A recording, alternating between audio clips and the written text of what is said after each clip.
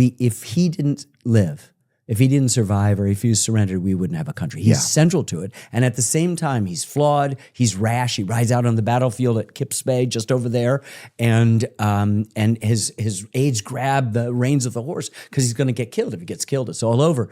He rides out in Princeton in the next January in the middle of the battle, and some aide covers his eyes. He's going to get killed. But he makes a classic mistake at the Battle of Long Island, in Brooklyn, what is now Brooklyn, and he doesn't protect his left flank, and the British curl him up. Makes the same mistake again the next year at the Battle of Brandywine, and yet he keeps his army together, and he suddenly realizes he doesn't have to win. He just can't not completely lose.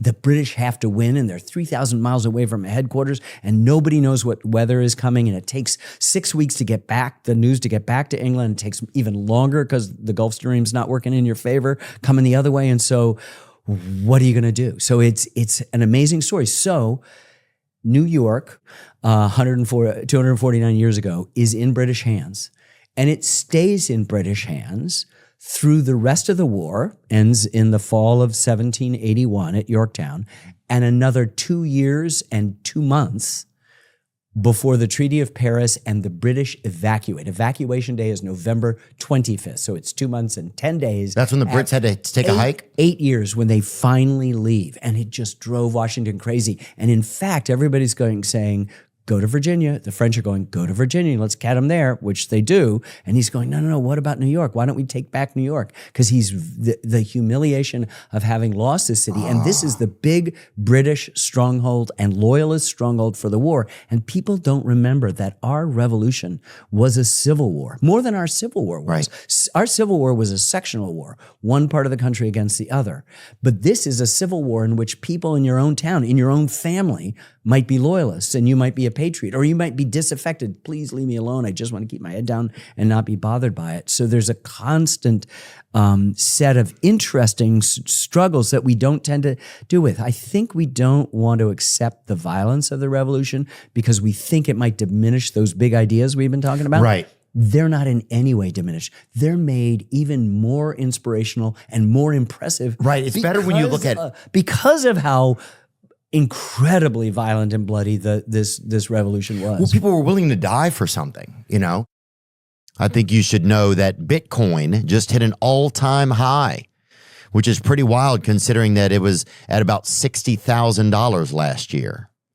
When I need more Bitcoin, MoonPay is always the first app that I open because it doesn't force you to buy a whole coin, and it's super easy to use. MoonPay is one of the biggest partners on the show, which is why I'm excited to share that I've made my decision to accept my compensation from them in Bitcoin instead of US dollars. I'm planning to hold and save that Bitcoin in my MoonPay account.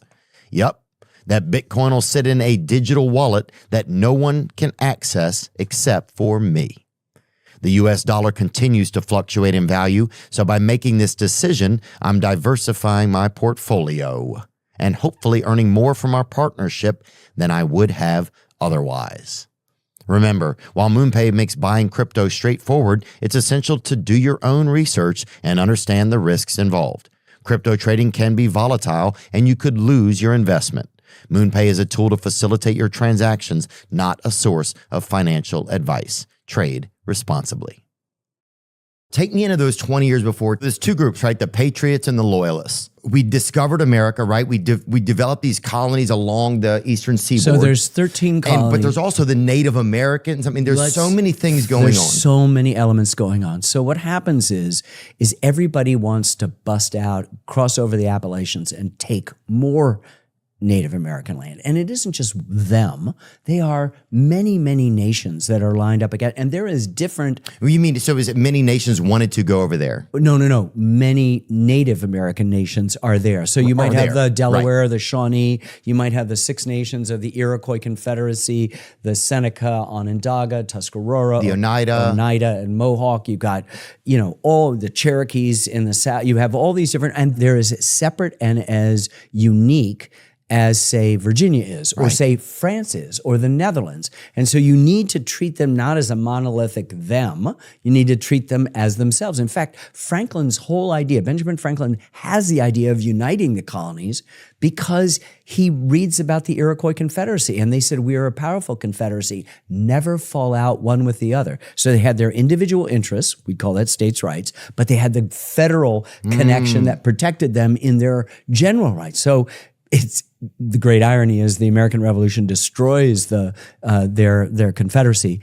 But what's going on here is people are wanting to move west. The British win the French and Indian War. Their treasury is bankrupt, and they have no way to protect the settlers as they're pouring across the land, trying to take land. So the British are trying to control everything from over there. Yes, but remember, they have no money to protect their own people. They're all Brits from that. They also have 13 other colonies in the Caribbean, which are much more profitable. They're all based on slave labor. Yeah. Only Virginia and South Carolina are profitable. All the rest aren't. But we're the most populous. We're the most literate. We make things. We trade with them. And we're also on the continent, which is what everybody